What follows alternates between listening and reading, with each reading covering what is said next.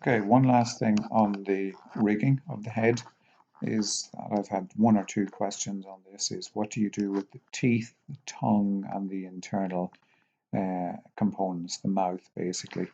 Well, it's very simple. What you really do is you parent the lower teeth to the lower jaw, you parent the mouth component to the lower jaw, and you parent the upper teeth to joint number one, the upper joint.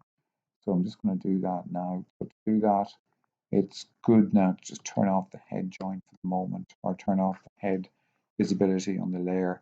Then take the mouth component, shift select the lower joint and parent the lower teeth, shift select the joint and P.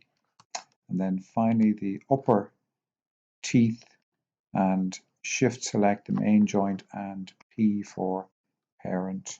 So now if I rotate that joint, this should happen. Okay, you should see the mouth and the lower teeth following that joint. Now don't worry if you see the upper teeth staying where they are, because that's perfectly fine. That will be hidden in the implementation of your animations and so on. So if you turn on the main head, this is what you're going to see. Right, like that. You should see that happening. Now, one element hasn't been included, and that's the tongue. So I'm just going to go back and add that in as well. So we'll turn off the head for a moment. Now to do this, it's probably better to go into wireframe so you can see it.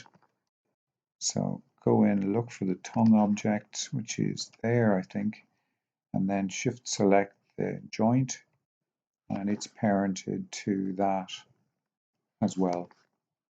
Okay, now turn everything back on again. And the tongue should now be attached as well.